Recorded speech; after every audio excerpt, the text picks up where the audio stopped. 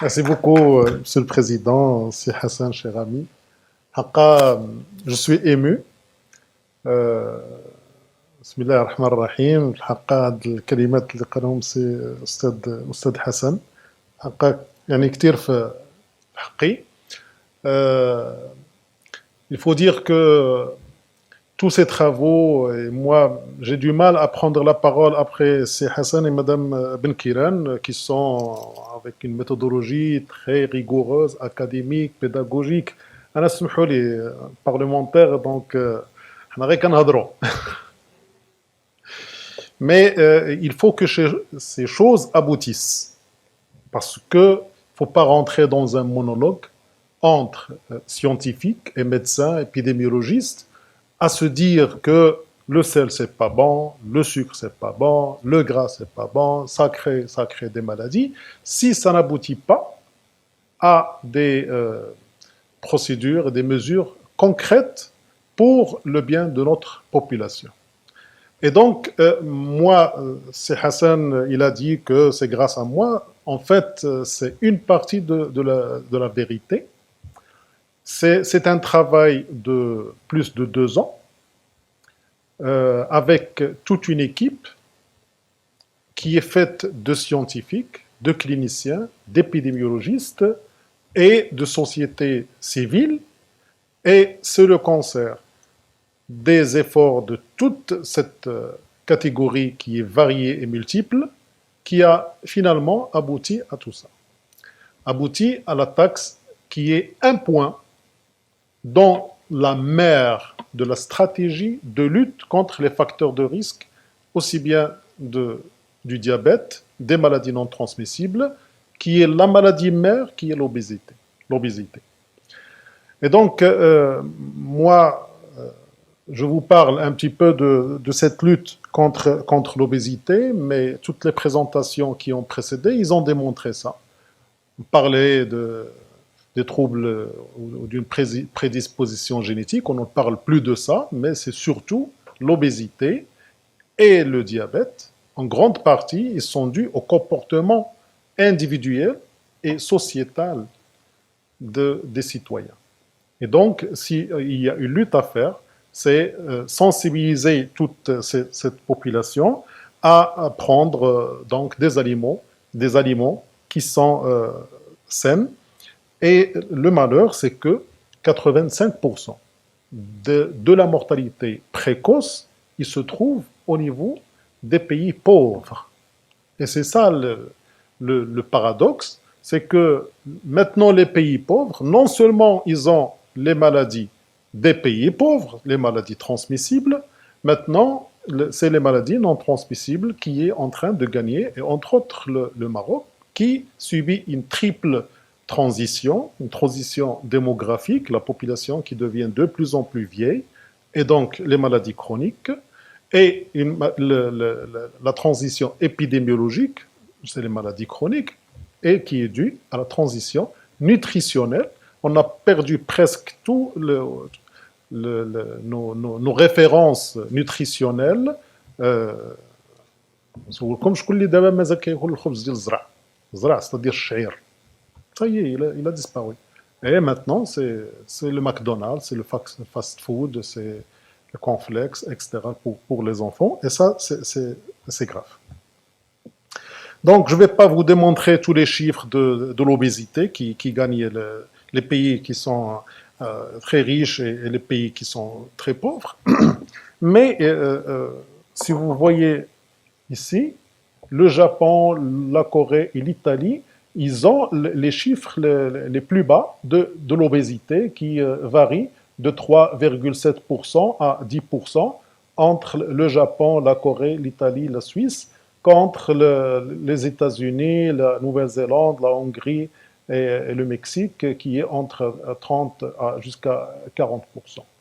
Et quand on compare ces pays, les pays dont la population bouge le plus, c'est elle qui a le moins une prévalence de l'obésité qui est la moins fréquente. Alors le Maroc et les pays pauvres, ils ont presque 30% de l'obésité. Et ceci, il a été démontré par plusieurs études. Et donc, c'est l'obésité et la préobésité, soit chez les adultes qui est de 30%, soit chez les enfants qui est entre presque 14%, selon les études qui ont été faites, soit par le HCP et d'autres études qui ont montré que nous avons le tiers de la population qui sont soit en préobésité, et maintenant on parle de prédiabète, cher professeur Belkhadir, qui devient de plus en plus dangereux, et nous connaissons le diabète euh, et ses conséquences. C'est la première cause de cécité, c'est la première cause d'insuffisance rénale de dialyse, c'est la première cause d'amputation, et donc il a un coût très lourd, non seulement médical, mais un coût social. Et 7 tiers de la population, quand on s'est basé sur cette étude qui a été faite par le HCP en 2011, il y a un bureau d'études qui a calculé le coût direct, c'est-à-dire le coût des maladies et de prise en charge des médicaments et des hospitalisations, et le coût social indirect, il coûte au Maroc 24 milliards de dirhams, soit le double du budget du ministère de la Santé.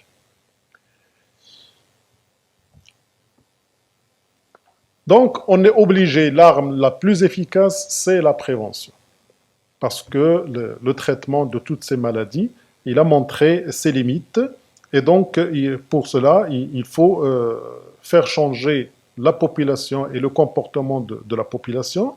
Et il y a ce qu'on appelle la prévention universelle qui s'adresse aux États pour qu'ils changent les lois, tout en se basant sur ces preuves scientifiques qu'on vient de voir avec Mme Kiran et Stade Hassan Agnaou, et bien sûr pour les collectivités territoriales.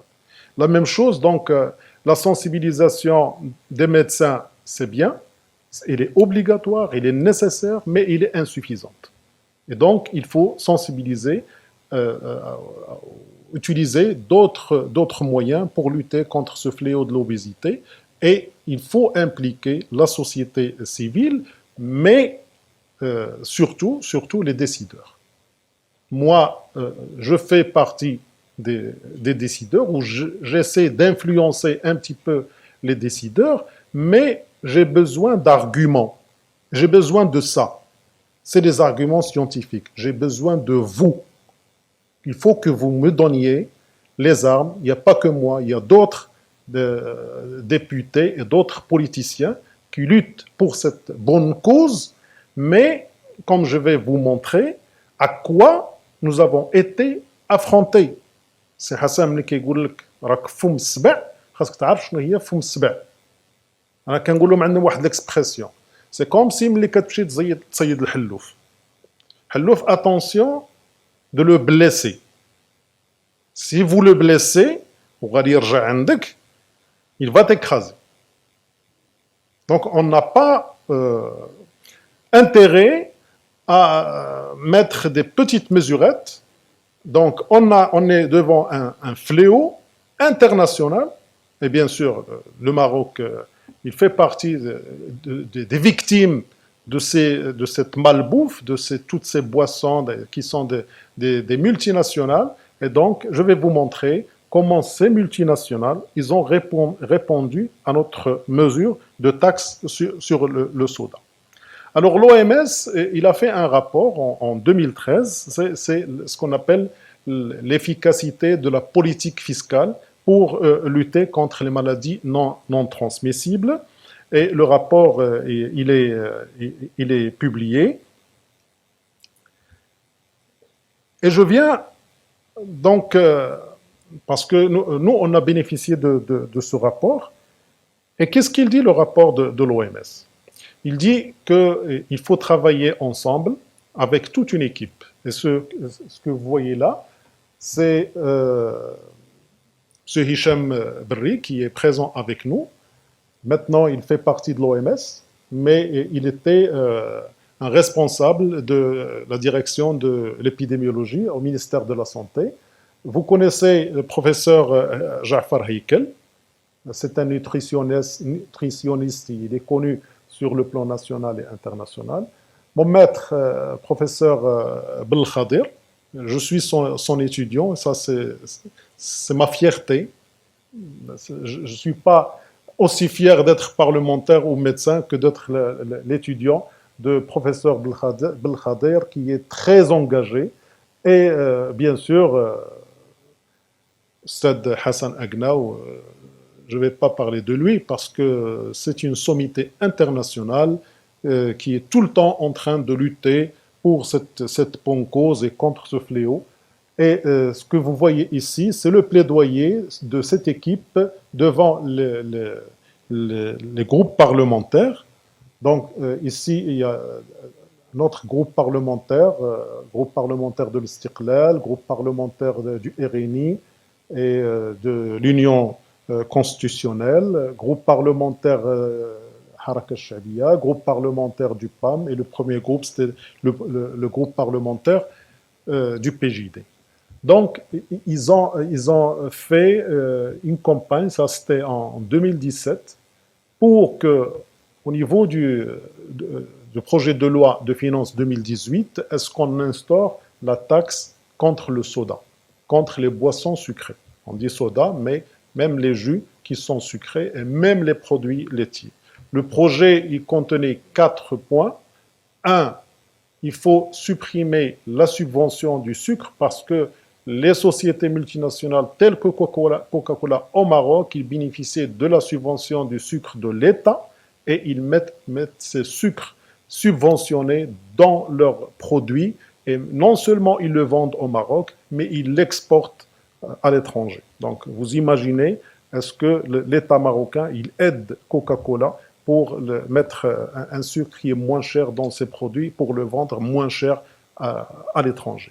Le deuxième point, c'est de mettre une taxe qu'on appelle la taxe sur la consommation, la TIC, et de l'augmenter jusqu'à 50%. Le troisième, c'est de mettre une taxe sur la valeur ajoutée, la TVA. Et le quatrième point, on craignait que si on va faire une pression fiscale ici au Maroc, ils vont nous importer de l'étranger des produits finis moins chers, et donc l'objectif n'est pas atteint. Et donc on a proposé également d'augmenter les taxes douanières, comme ça on va barrer la route à ce qu'ils vont nous apporter, parce que c'est des multinationales et ils ont le droit d'importer des produits finis. Et par conséquent, c'était ça. Et on a proposé, est-ce que les recettes de cette taxe, il doit être investi au niveau de la santé et au niveau de l'activité physique. Donc c'était ça le programme. Et pour convaincre les parlementaires, aussi bien au niveau de la première chambre qu'au niveau de la deuxième chambre, il y avait toute cette équipe présidée par Si Hassan ou Oustad Belkhadir et qui donnait tous ces arguments qu'on vient de défiler devant vous avec les chiffres de l'obésité, du diabète et nos coutumes alimentaires et la société marocaine, où est-ce qu'il va si on va rester comme ça, les bras croisés, et attendre parce que les gens tombent malades, et à ce moment-là, quel budget nous allons faire pour la santé. Alors, si vous permettez, je vous mets une petite vidéo.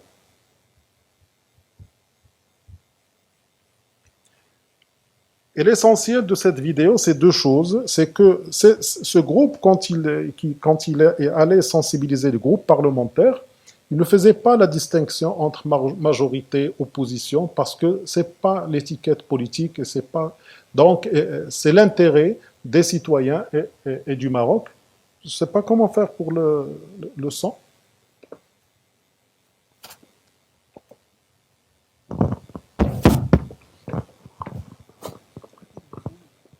تحول ابيديمولوجي وديموغرافي، ولهذا هناك واحد المجموعه تاع الامراض الغير ساريه وخاصه الوباء ديال السمنه اللي كينتج عليه واحد المجموعه من الامراض كالسكري وارتفاع الضغط الى اخره، وهذا كيكلف الدوله ديالنا حنايا 24 مليار ديال الدرهم. وبالتالي حنا السيد الوزير تقدمنا بواحد الاطار من الفرق الاغلبيه بواحد المقترح ديال التعديل اللي هو باش يتم التضريب ديال نسبه السكر في المشروبات الغازيه والغير الغازيه. نحن سحبناه مضطرين بالاضافه الى الفريق الاستقلالي، ولكن كنقولوا بان نظرا للاستجابه الجزئيه ان الحكومه غادي ترفع الدعم على هذه المشروبات ديال السكر اللي راه كيمشي يصدر في الخارج وهو سكر مدعم، في انتظار السنه القادمه ان شاء الله لكي نعود لهذا التعديل. فما يمكنش حنا نتفرجوا في بلادنا الا رجينا واحد التسونامي اللي تعياو ديروا السيد وزير الصحه من الميزانيات في وزاره الصحه ما غاديش يقدكم. لا انا كنتكلم مع وزير الماليه وبالمناسبه راكم بجوج، وبالتالي يجب ان نلتفت لهذا المشكل والمهم نشوفوا بيناتكم بجوج. اولا الحكومه تعمل على اصلاح صندوق المقاصه. السكر سيد الوزير هو مدعم من طرف الحكومه ويستفيد منه بعض الشركات، وهنا قدمنا تعديل بأنه يجب إخضاع ضريبة على المشروبات الغازية والمشروبات المحلات. من جهة غادي نطاكسيو هذوك الناس ونحاولوا طريقة لإصلاح ديال السكر اللي هما كيستافدوا منه، ومن طريقة كتعرفوا السيد الوزير بأن أننا عندنا 2 مليون، هذا كإحصاء رسمي مصرح به في الناس ديال المرضى ديال الداء السكري، ولكن الحقيقة ولي نون ديكلاغي راه كتصرح حتى 4 المليون زائد أمراض السمنة. فلهذا هذا الإصلاح هو من شأنه هذا التعديل أنه يجيب موارد الدولة وفي من جهة، ومن جهة أخرى أنه يحافظنا على الصحة ديال المواطنين.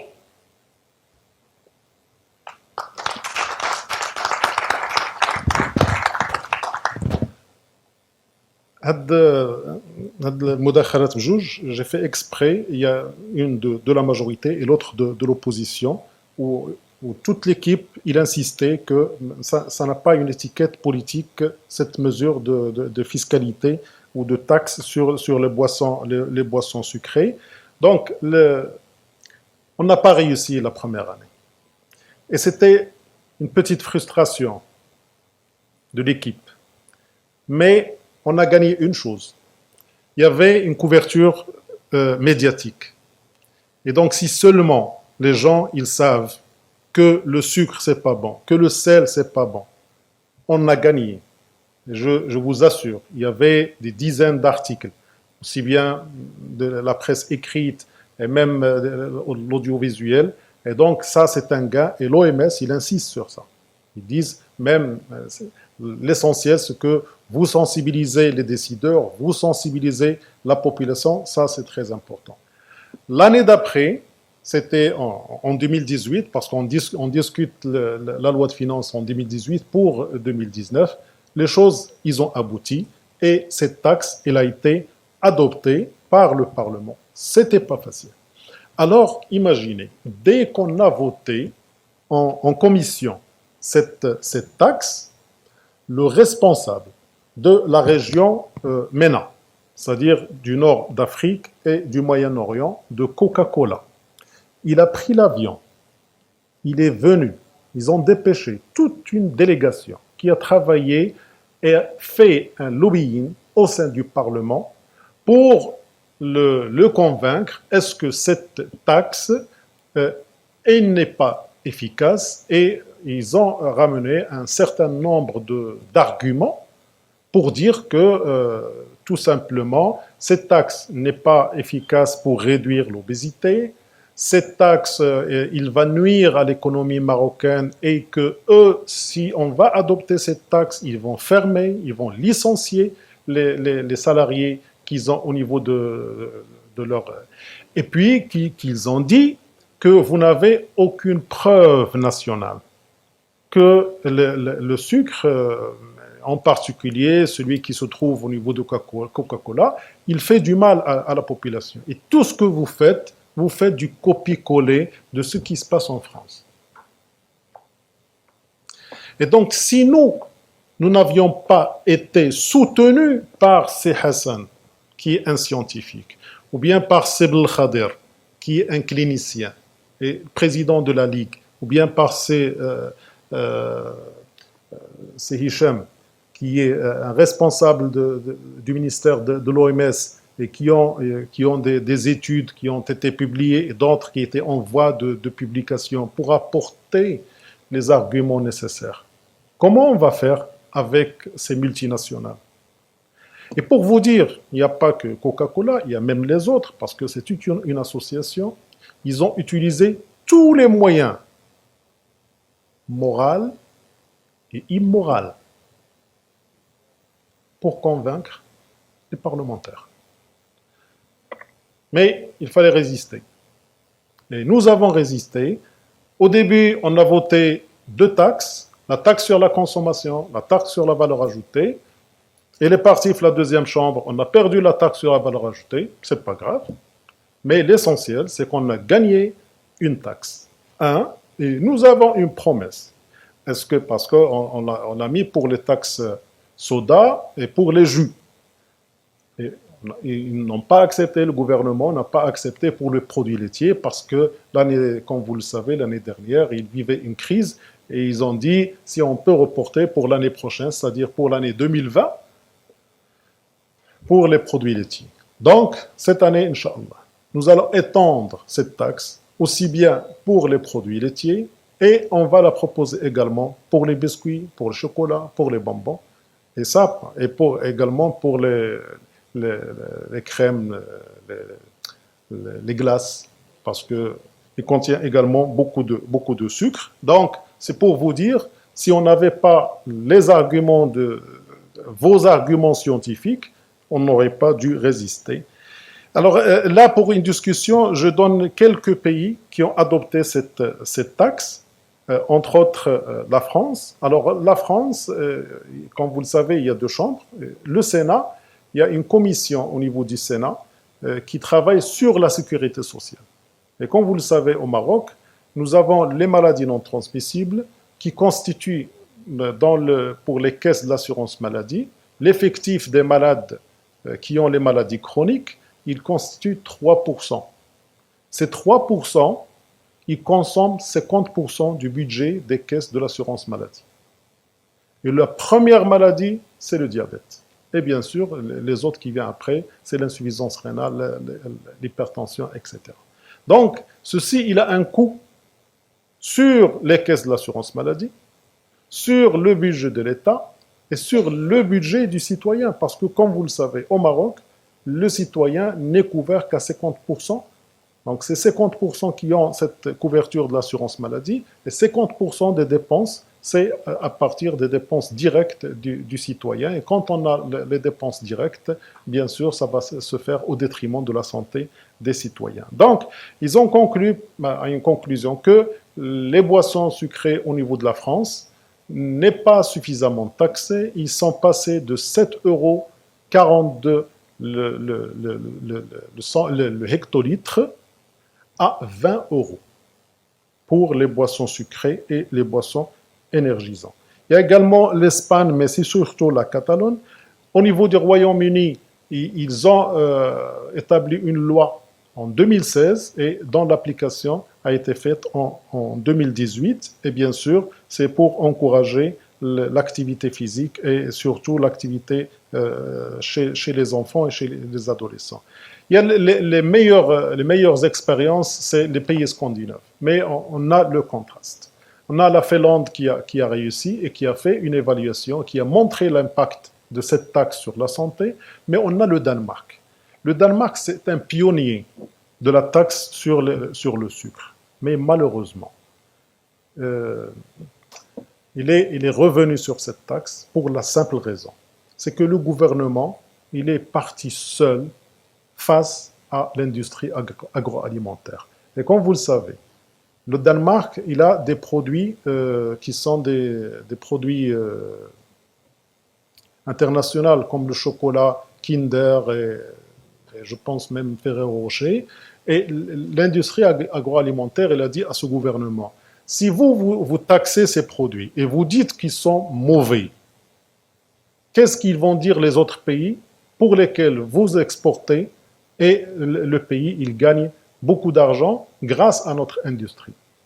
Et donc, comme le gouvernement n'avait ni la société civile, ni les scientifiques, ni la communauté médicale derrière lui, il était face à cette industrie agroalimentaire qui sont très musclés et par conséquent, il est revenu en 2018. Ils sont revenus sur cette. Il y a une deuxième expérience que j'aime partager avec vous. Il y a la Tunisie l'année dernière. Ils ont voulu faire comme nous, mais les parlementaires qui ont instauré cette taxe, ils sont partis tout seuls, sans l'apport de Si Hassan, Si Hassan Tounsi. ولا السي هشام خصو يكون تونسي ولا السي بالخضير ولا مدام نعبد اللي خصهم يكونوا. C'est pour vous dire que si il n'y a pas ces efforts de tout le monde, c'est pas le parlementaire Brahimi qui va, grâce à lui, qui est le leader. Oui, mais il y a tout un travail de fond et un travail d'équipe qui peut. Alors en Afrique, il y a ceux qui ont réussi, c'est l'Afrique du Sud en 2018 et le Maroc en 2019. Et maintenant, on essaie d'exporter cette expérience à l'EMRO. Et la semaine dernière, j'étais en Tunisie. Et quand j'ai présenté ce travail des Marocains, et pourquoi? Parce que tout le monde se disait, comment vous avez pu réussir? Nous, on ne peut pas chez nous. Et surtout les pays du Golfe, c'est des grands consommateurs de Pepsi-Cola, de Coca-Cola, des chocolats et des McDonald's. Et ils disaient, comment on peut réussir? Eh ben, on leur a donné une expérience et puis ils ont beaucoup apprécié et je pense que l'année prochaine, Inch'Allah. Alors, quelles sont nos perspectives? C'est d'élargir cette taxe, comme je disais, à d'autres produits et aux acides gras et au sel et d'injecter ces produits. Alors, on est tellement focalisé sur que cette taxe il arrive qu'on a oublié de l'injecter pour la santé et pour la. Et enfin, il faut absolument faire une évaluation. Je vous remercie pour votre attention.